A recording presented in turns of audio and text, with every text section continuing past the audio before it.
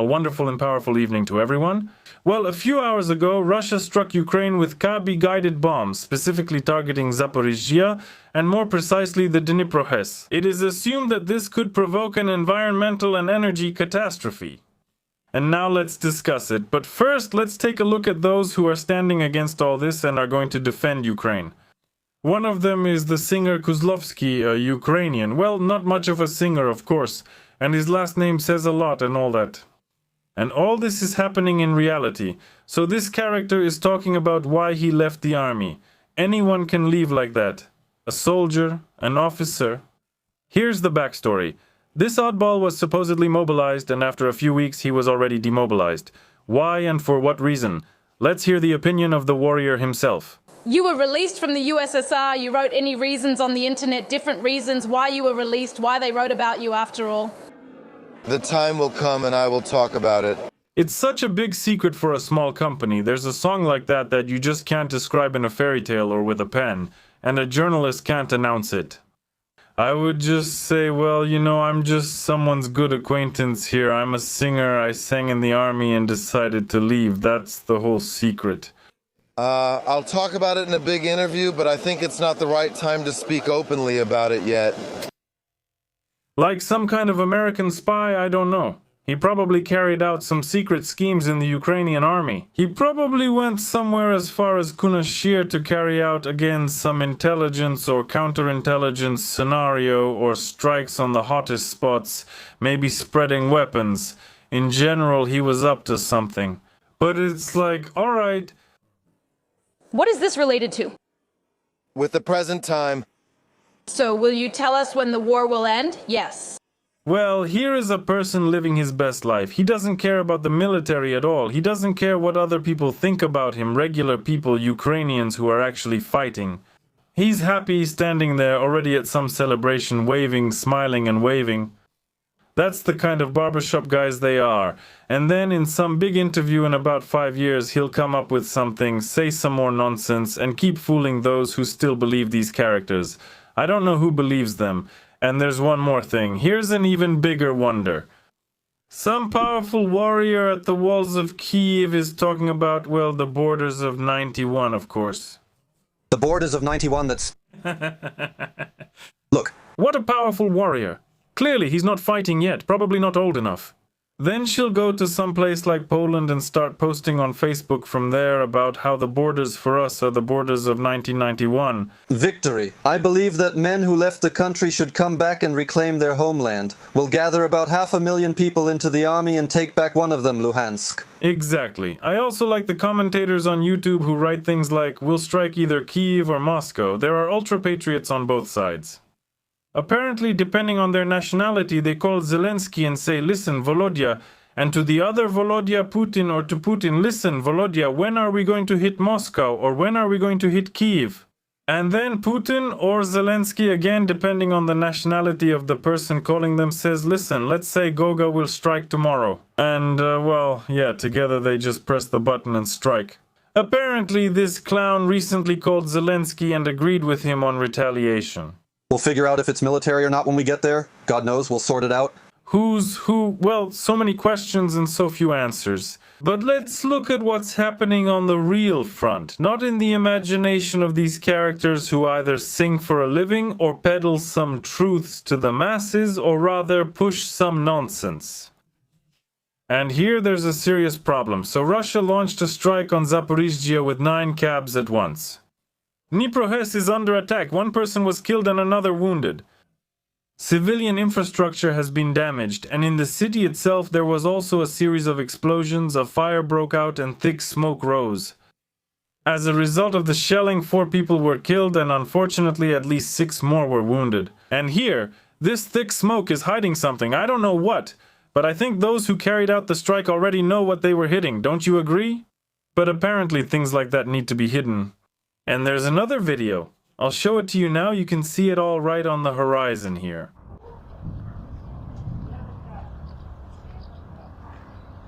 This is clearly some kind of body of water. Obviously a shore with sun umbrellas on the other side. And as far as I can tell, those are apartment buildings. So anyone who's been there even once and has seen it with their own eyes will understand where this was filmed. I don't know why they would blur it. But that's how it is, let's say. That's the kind of destruction we're talking about. They'll probably talk more about it later. But it turns out that Zaporizhzhia was also subjected to a massive strike. On June 17, as a result of the attack, 10 people were injured. On June 17, another district of Zaporizhzhia was attacked by Shahed-type drones. That's not all for now. They're also saying, let's see here, they're saying that MiGs have taken off and most likely there will be a Kinzhal missile strike on Ukraine. Therefore, if there are air raid sirens, it's definitely better to go to a shelter. Then, these kinds of strikes and the war itself are extremely harmful. It's truly a catastrophe without any exaggeration. Experts explain that many types of combat operations literally render Ukrainian land unusable for people. And a significant part of Ukrainian territories, as we are already being told today, is facing the consequences of mining, soil contamination, and the destruction of natural ecosystems. Separately, the land, and this is true, can remain unsuitable for agriculture or even for any activity, even just walking there for years. For some of them, it's already too late. Or rather, it's dangerous. According to the Ministry of Environmental Protection and Natural Resources of Ukraine, as of 2025, about 30% of Ukraine's territory has been subjected to varying degrees of contamination. More than 2 million hectares of land are potentially mined, and in addition, the soil is contaminated with petroleum products, heavy metals, and other harmful substances. What does this mean in practice? First, it's impossible to live safely because of the danger of mines. Second, the soil has lost its fertility or is chemically contaminated. Third, systems like forests, wetlands, and fields have been destroyed. Plus, there is no access for economic activities, not only agriculture, but any other kind as well. The impact of hostilities is complex. Petroleum products get into the soil, along with remnants of all these explosive things, weapons, and so on and so forth. On top of everything, if explosions are constantly happening in a certain area, even if it's black soil, its structure simply changes. And sometimes it becomes unsuitable for further cultivation of crops useful for people, as a result of which Ukraine loses fertile land. And we are also told that dead zones may appear there. For now, this term is more of a journalistic one, let's put it that way. But it is already known that the main danger is in the Kherson region, the territory of the former Kakhovka reservoir. And it's unclear, some other regions as well. Here, of course, there are also the Donetsk and Luhansk regions, the DPR and LPR. And here, environmental problems have been accumulating since the beginning of the hostilities, since 2014. Constant bombing and shelling don't lead to anything good. Not in a social sense, not economically, and not environmentally. That's why, for the foreseeable future, we're not going anywhere from this land. We're not flying to Mars or Alpha Centauri. We should take care of this land because it's the only one we've got. But apparently the powers that be have other considerations, and not just in this world. That's the first part. I mean, it's a terrible disaster, both in Zaporizhzhia and in some other regions. But there's another disaster as well. That's the fact that Zelensky quarreled with the country closest to him in mentality and support, Poland. Zelensky managed to quarrel with Hungary, he managed to quarrel with Slovakia, and now, unexpectedly, he's quarreled with Poland. Poland was the first to support millions of Ukrainians, giving them shelter and food, and now the following situation arises. Zelensky, or rather at his suggestion, named one of the military units there after the heroes of the UPA.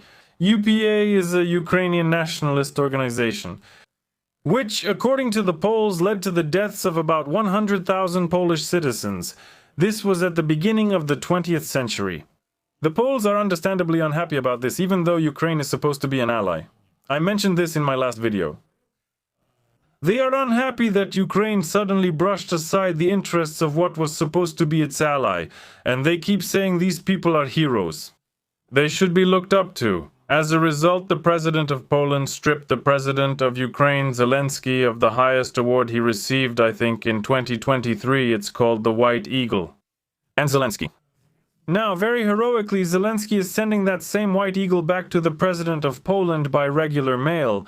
I don't know why this has become such a hype. Well, like, he took the order back, yeah, that's not good, it's kind of a disgrace. And whether you sent that order back or not doesn't matter anymore, but moreover, it wasn't just Zelensky who sent the order. Budanov did too, and he seems like a reasonable person. As for the Minister of Strange Affairs, Sibiga, sending something, well, that's his personal business. This person is known for his talents and everything else. But Budanov, and after him I also read that Kuchma did as well. Of all people, Kuchma, who received a similar award in '97 for him to get involved in things like that. Well, that's how he got involved, and now what? Now Poland's relationship with Ukraine is deteriorating, getting worse and worse all the time. Like in Alice, it's getting curiouser and curiouser. And here, this is a very strange situation. The decision to strip the president of Ukraine of the Order of the White Eagle is a strategic mistake by the president of Poland from which only Moscow benefits. Well, it's clear here that it's Moscow. They didn't manage the sowing. Moscow looted something there, built themselves those villas. But apparently it was Moscow that built these houses for Zelensky's henchmen. And the most interesting thing is that some character was invited to another studio, and there are those Mindich tapes where they talk about a certain Vova. This is one of the houses that's located over there. And this character claimed that it's all Putin, and to please Putin, Zelensky's entourage built houses for themselves and for Putin. In general, don't ask me how common sense or any kind of reason can coexist in this person's head along with such statements. Here, if you want to survive, you must adapt. These people remember who they rely on and avoid biting the hand that feeds them.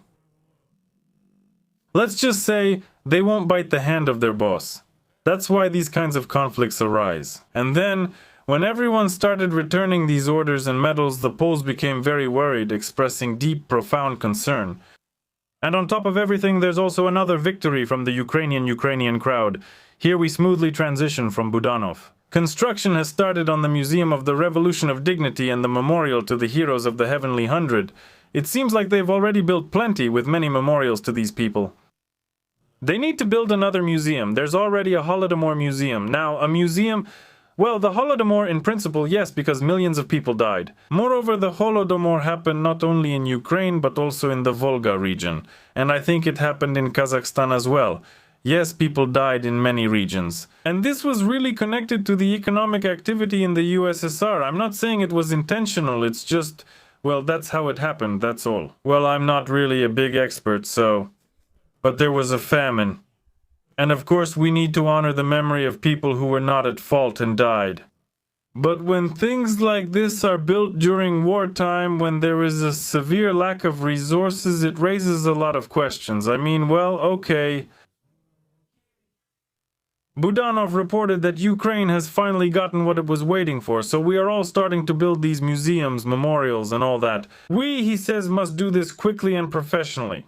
This is our duty to the memory of the fallen heroes. The families of the fallen Maidan participants and all of Ukrainian society have been waiting for this for too long. All the king's men. And we will do it, Budanov stated. The memorial to the heroes of the Heavenly Hundred should become a place of remembrance, dignity, and strength. Well, it sounds like Stonehenge, really a place of power. But not exactly Stonehenge. And yes, and also around all of this... never mind, let's skip that. So what's next? It's not just Ukraine that's having problems. Right now, the US is gradually losing allies. Actually, not even gradually, but rather quickly. Melania, the Italian Prime Minister, Kenya, said that Trump is behaving badly. Earlier, Trump said that at the G7 meeting, Melania wanted to take a picture with him and was literally begging to have a photo with him. Well, it already sounds kind of unseemly by itself. Well, okay, you might have some high-level relations there, but you should sort that out behind the scenes.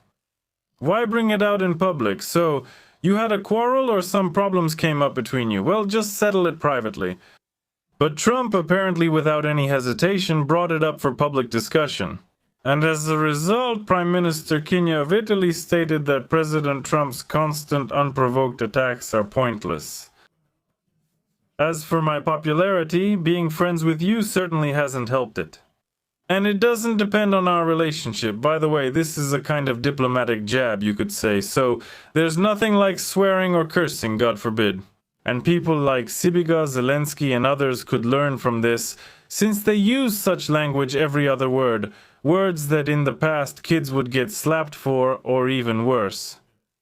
But now it's considered normal. You can swear on Ukrainian television, and not just on Ukrainian TV anymore. You can insult anyone you want. The main thing is to feel like you can get away with it. That's the most important thing. My popularity, says Prime Minister Meloni of Italy, depends on my ability to defend Italy's national interests. That's exactly what I've always done. I did the same regarding the American military bases in Italy. Their use is regulated by agreements that we have always respected, and they cannot be violated as long as I am Prime Minister Kenya. And here she raised the issue of the use of military bases, which Italy has prohibited. Well, there is probably some kind of regulation for that, but I don't really understand it either. But the argument between them was pretty intense. Here are some pictures from the Italian press, and supposedly this has been going on for a while. Although before Meloni was, well, a reliable ally of Trump, you could say. So there were no problems. But now, as we can see, problems have arisen and quite significantly. How will this affect Europe? Well, obviously it concerns NATO. It also concerns other players in this remarkable organization, so we'll see how the process develops further. But now let's take a look at Lidoriev. There's one of them here, Portnikov, who hasn't been around for a long time. And here he's saying things that a normal, healthy person wouldn't usually say. But, as you know, nothing human is familiar to such characters. Everything is absolutely alien to them. Look, we live in a democratic state. Where is that? In Germany, sorry. Or in the US, or in Andorra, maybe. Where do you live? Let's hear it. We don't have elections. Ah, we don't have elections, but we live in a democratic state. Clear. Understood. Thank you, Portnikov. You explained everything, laid it all out, said it straight. He even listens to the essence. We can all mark him, but what is there to mark? And the president listens to the essence when he looks, to the essence when he looks. The president listens to the essence. We can all mark him, but what is there to mark? And the presidential one listens to the essence when he looks. Society in general. And he said it himself and even bit his lip. He thinks, what am I saying, God? Why? Jim. The journalist even glanced off to the corner. He must be feeling a wave of second-hand embarrassment. But we don't just unload our embarrassment anywhere, so he shouldn't pretend. He listens to society, thinks as if, I would say, he got out thanks to society alone, right? So, murders, these TCCs, mobilization, forced street conscription, in other words, all sorts of robberies. And building the Ville is in sync with Ukrainian society. Clear, understandable? Portnik always explains things so clearly. It's illogical and irrational, and you could put it another way. Yes, but yes. Well, so, and what about Putin? What are we talking about? So what does he think? We don't know what Putin is thinking about. Let's leave that to the thinkers. Like Portnikov. In 2004, then in 2014, when the Ukrainian people, mostly you, determined the further development of the Ukrainian country. Wrapping up the topic... Well, you determined it, and that's how you determined it. Of course, that's a mess. It's like they say, eat but don't make a mess.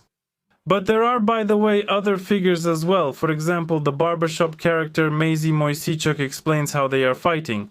This is what he was saying, that dying isn't scary, that war isn't scary, and that war is basically a celebration. And now let's think, or rather, let's listen and understand why for these barbershop characters. The barbershop guy who is filming 30 kilometers from Kiev, not at the front, of course, but in the opposite direction.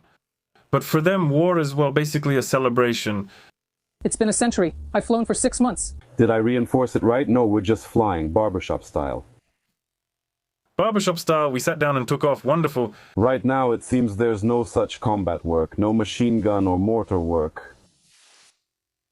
That's right, there are no mortars, no machine guns, nothing like that. There are only sticks with some kind of flags. And these characters sitting in chairs apparently are some kind of fortification elements used for cover. I don't know any other reason why you would bring chairs to a shoot, but usually soldiers sit on all sorts of stumps, stools or folding chairs that cost about 100 hryvnias each. Here there are some kind of armchairs. They might as well have stuffed them with loon down. And they would sit on them like, look at our powerful mobilization object. The last time you did combat work on foot, as you say, was in the Kursk direction. Is that correct?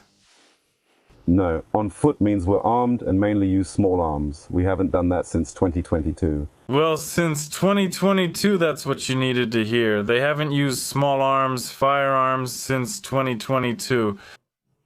You have to think that they used them, I don't know where, probably in Kiev in 2022 when they were handing out rifles. They held them for a while and then took them back where they were supposed to. And after that, they didn't attack with anything except those same drones. But again, these characters, these so-called leaders, they're also with the drones. In short, people are just living their best lives. They sit in their chairs, even if it's in the grass, but that's not for long. Somewhere behind the grass, there's a little restaurant. You go there and fight with all your might, with all the dishes, and including the main enemy, the boss of this level, which is the chef's special dish. If you defeat it, that's it, you're instantly a defender. When it comes to our pilots, somewhere, like we had in Donetsk region, if I'm not mistaken, maybe I'm wrong, seems like it was 2024, when we had cases where operators almost made it, but got stuck with the cowboy. The landing in the neighboring area is already nearly shorter. When they neared the landing, they nearly fired. I won't discuss it further.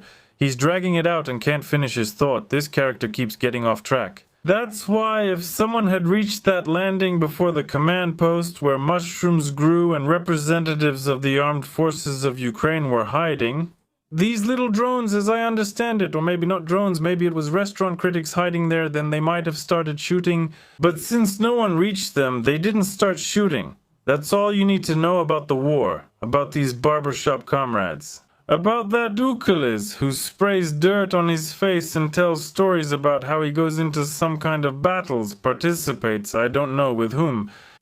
Well, and all the other twists and turns of these characters' tough fate, so that's how it is.